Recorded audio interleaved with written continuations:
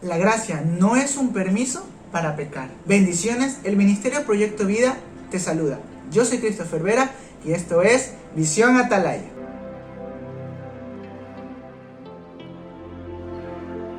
El día de hoy vamos a estudiar acerca de la gracia. La palabra nos enseña que nosotros vivimos en el tiempo de la gracia. Esto lo vamos a ver en Romanos capítulo 6, versículo 14. Este versículo dice: porque el pecado no se enseñoreará de vosotros, pues no estáis bajo la ley, sino bajo la gracia. Claramente la Biblia nos enseña que vivimos en la gracia, en el tiempo de la gracia. Pero para poder vivir en el diseño correcto de la gracia, debemos entender qué es la gracia. La gracia tiene que ver con extender o brindar una bendición no merecida. ¿Y cuál es esta bendición no merecida? Pues el perdón de nuestros pecados, como lo vamos a ver en Efesios capítulo 2, versículos 8 y 9. Estos versículos dicen: porque por gracia sois salvos, por medio de la fe. Y esto no de vosotros, pues es don de Dios, no por obras, para que nadie se gloríe. Nuestra salvación vino por medio de la gracia. Y la gracia no es algo que vino por algo que nosotros hayamos hecho, que nos haya convertido en merecedores de la misma. No. Nosotros no merecíamos tal regalo. La gracia vino por la plena voluntad de Dios, movido por su amor. Y por eso es importante entender que la gracia solo es a través de Yeshua y su sacrificio. Esto lo vamos a entender mejor leyendo los siguientes pasajes bíblicos. Primero, Romanos capítulo 3, versículos 23 y 24. Estos versículos dicen: por cuanto todos pecaron y están destituidos de la gloria de Dios, siendo justificados gratuitamente por su gracia, mediante la redención que es en Cristo Jesús. El siguiente es Romanos capítulo 5, versículo 21.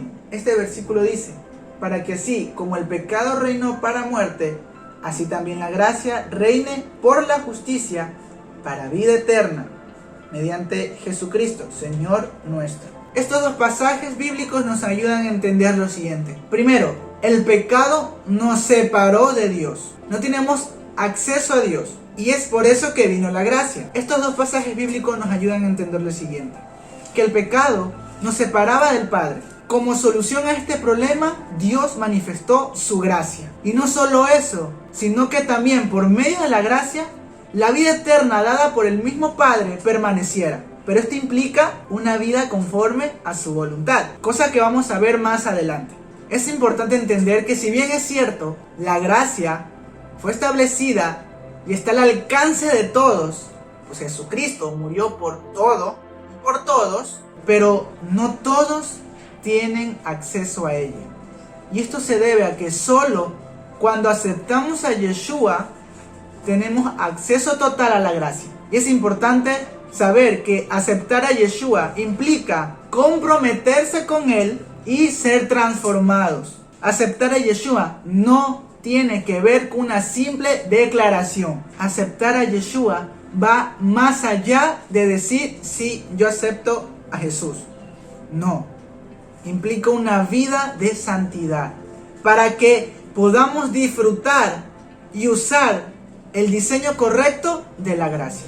Por eso, la gracia no es una invitación a vivir una vida practicando el pecado. Y lo vamos a entender mejor leyendo Romanos capítulo 6, versículos 1 y 2. Estos versículos dicen: ¿qué pues diremos? ¿Perseveraremos en el pecado para que la gracia abunde? En ninguna manera, porque lo que hemos muerto al pecado, ¿cómo viviremos aún en él? La gracia no se nos fue dada para que viviéramos desenfrenadamente en el pecado, con la siguiente mentalidad: no, porque vivimos en el tiempo de la gracia, Dios me va a perdonar todo lo que hago. No, que porque vivimos en el tiempo de la gracia y Jesús murió por todos mis pecados, yo puedo vivir como se me dé la gana. Si nosotros tenemos esos argumentos, estamos siendo como el enemigo, tomando un diseño de Dios y torciéndolo. Y nosotros, como hijos de Dios, no podemos hacer eso. Ahora vamos a leer también Primera de Juan, capítulo 3, versículo 9. Este versículo dice: todo aquel que es nacido de Dios no practica el pecado, porque la simiente de Dios permanece en él y no puede pecar porque es nacido de Dios. Estos dos pasajes bíblicos nos ayudan a entender la siguiente verdad: nada ni nadie que haya nacido de Dios tiene una esencia corrupta, porque la simiente del Padre es santidad. Por eso los hijos de Dios no practican el pecado. Por eso la gracia no es una invitación dada por Dios a sus hijos para vivir en una vida de pecado que Él los va a perdonar constantemente. Y es que a veces personas dentro de las congregaciones usan mal la Biblia. Citando el siguiente pasaje, que es Romanos capítulo 5 versículo 20, dice: no es que nos sobreabunda el pecado, sobreabunda la gracia. Vamos a leer Romanos 5 versículo 20 para ver qué es lo que Dios nos dice verdaderamente. Este versículo dice: pero la ley se introdujo para que el pecado abunde. Esto quiere decir para que se notase, para que sobresaltara, para que nos diéramos cuenta qué es el pecado. Mas cuando el pecado abundó, sobreabundó la gracia. Vemos que la Biblia hace énfasis en el tiempo del verbo. Abundó, pasado, no abunda. Y es que este versículo nos enseña lo siguiente. Lo que verdaderamente enseña este versículo es lo siguiente: que la gracia se manifiesta con mayor fuerza que el pecado. La gracia está para llevarse todos los pecados cometidos antes de conocer a Yeshua. Para eso está la gracia. Recordemos que el pecado no nos dejaba tener una relación con Dios. Esto lo vamos a entender mejor leyendo Colosenses capítulo 2 versículo 14. Este versículo dice: anulando el acta de los decretos que había contra nosotros, que nos era contraria, quitándola de en medio y clavándola en la cruz. Nuevamente vemos aquí cómo la Biblia nos enseña que el pecado era un obstáculo para acercarnos a Dios. Y solo a través del sacrificio de Jesús fue posible que tal obstáculo fuera quitado. La gracia es una oportunidad dada por Dios para vivir una vida que le agrade a Él. La gracia, para entenderlo mejor, hermanos, hermanas, es la oportunidad de comenzar una nueva vida en Cristo, con todos los beneficios y las bendiciones que un hijo de Dios tiene, que Jesús manifestó cuando estuvo aquí en la tierra, pues Él es el ejemplo perfecto de un hijo de Dios. Pues la gracia se nos fue dada para que nosotros manifestáramos la misma vida.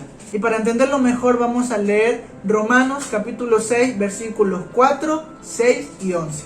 Estos versículos dicen: porque somos sepultados juntamente con Él para muerte por el bautismo, a fin de que, como Cristo resucitó de los muertos para la gloria del Padre, así también nosotros andemos en vida nueva. Versículo 6. Sabiendo esto, que nuestro viejo hombre fue crucificado juntamente con Él, para que el cuerpo del pecado sea destruido, a fin de que no sirvamos más al pecado. Y versículo 11.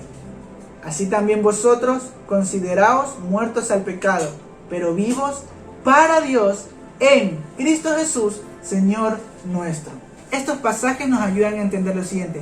Primero, la gracia que es manifestada en el sacrificio de Jesús en la cruz fue para destruir el pecado, para quitarlo, para que no sea más un estorbo en nuestra vida con Dios. Segundo, hemos nacido de nuevo para vivir una vida diferente a la que vivíamos antes de conocer a Dios. Y lo que nos lleva al versículo 11: muertos al pecado, pero vivos para Dios en Cristo Jesús. Por eso recordemos, no hay gracia si no estamos o no aceptamos a Yeshua. Recordemos que la gracia fue dada para que vivamos una vida diferente conforme a su voluntad.